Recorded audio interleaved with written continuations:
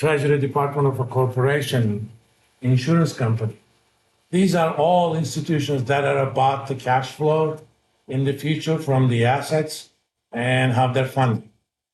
If you tell them that, oh, I know how to measure and hedge the risk of a complicated fixed income portfolio, you're golden.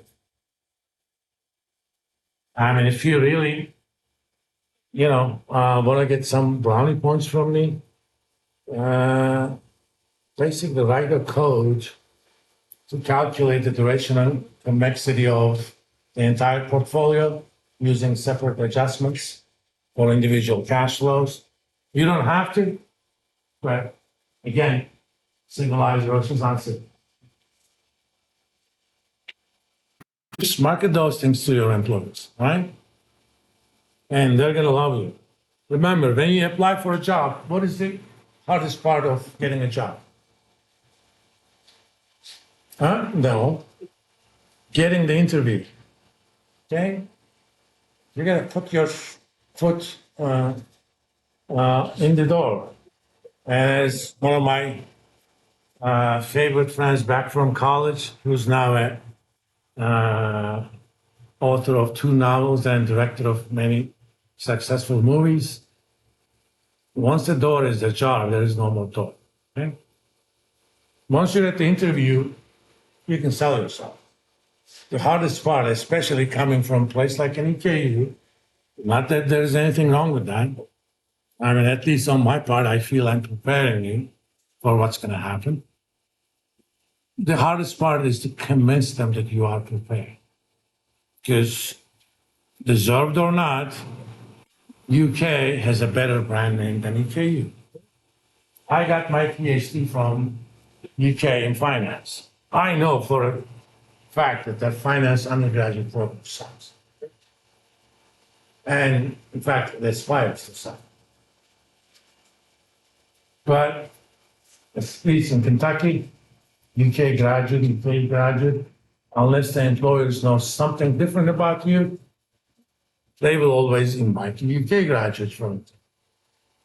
You can get around that A, by getting internships early on, and B, by showing them skills that they don't expect to have as an EKU graduate. I know UK graduates don't have those skills.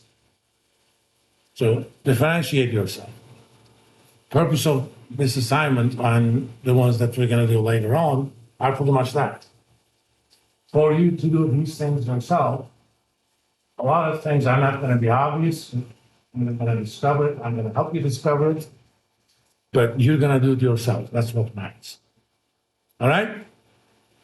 So I am not promising you easy homework assignments. It's not going to be all rosy. We're going to work hard. But when you're done, you're going to say, okay, I have accomplished something very complicated. Now I feel like I have those skills and I can translate those skills into other things. When you come into my upper level classes, that's going to be like a cakewalk for you because you have done these things. Fortunately, I'm not teaching 420 next fall. More than likely, I will be teaching it next spring. So if you're going to take it, I strongly suggest you take it from me. I mean, not that there's a knock on other people, but I've seen, what the hell happened to me here? It's below 7 minutes. Anyway, that I can. I've seen students who come from investments classes into 420. They haven't even heard of futures and options. I mean, that is a crime.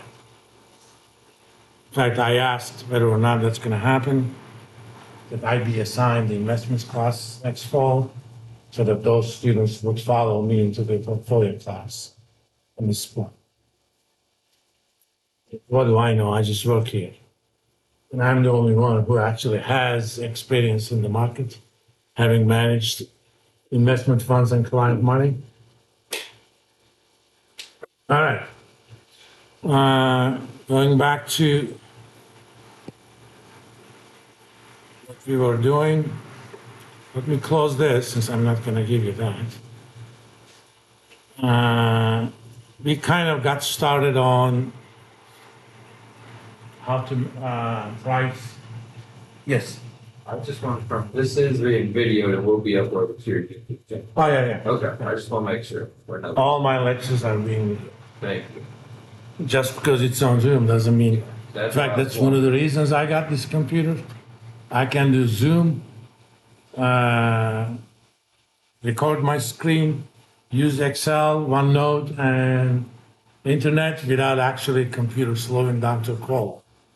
It was so bad when I did Zoom and record, resources were so extended, the audio quality was suffering on the Zoom. This way, sometimes you get a flat tire or check engine light, as happened to Clayton today.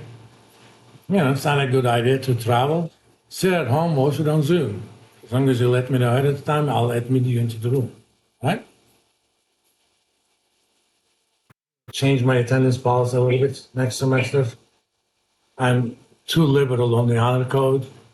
So next semester, especially on the intro classes, I'm gonna give them 3 honor code chances, okay? 3 times a semester, you have a right to say, I can't make it today without telling me anything. Okay?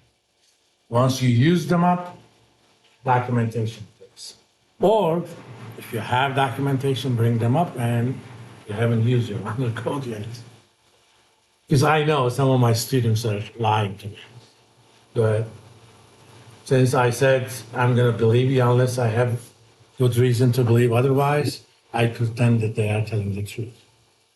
I mean, why do you have so many people feeling sick and tired after the Super Bowl or after Valentine's Day? I call them the Valentine's Day casualties. Attendance drops down quite a bit on the basic finance class on Thursdays because they're going to their hometown ahead of Friday. All right. We'll change that. I mean, they're actually suffering for it because a lot of them don't bother to watch the lecture videos. So they haven't been exposed to it. They haven't watched the video.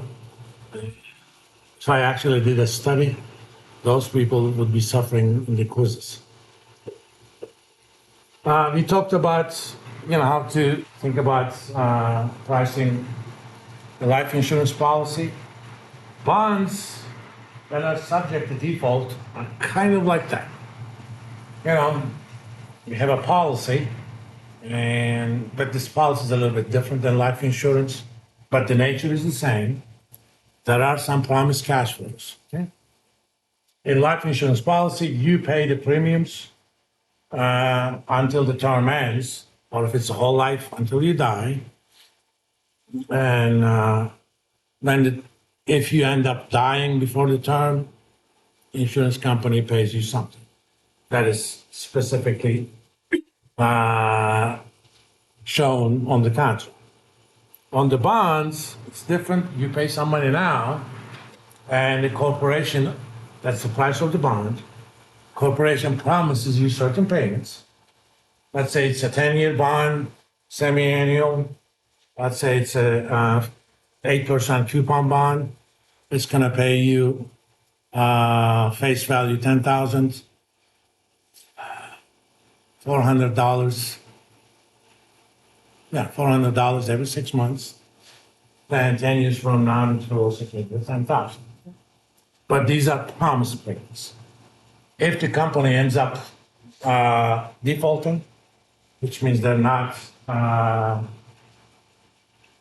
able to make their payments, you're not going to get all of those. In a lot of cases, there is something called recovery. It varies from firm to firm. I mean, for the purposes of this class, we're not going to worry about it. We're just going to go with the expected recovery percentage using kind of the historical numbers. Typically with corporate bonds, it's about 60%. Because when a company declares bankruptcy, they're not worth zero, okay? Or their assets are. Company shares are worth zero, but the assets are not worth zero. So the bankruptcy court at some point is going to do either liquidation or some sort of agreement with the bondholders. And they're going to say, okay, you're going to receive this much per dollar. That's the recovery ratio.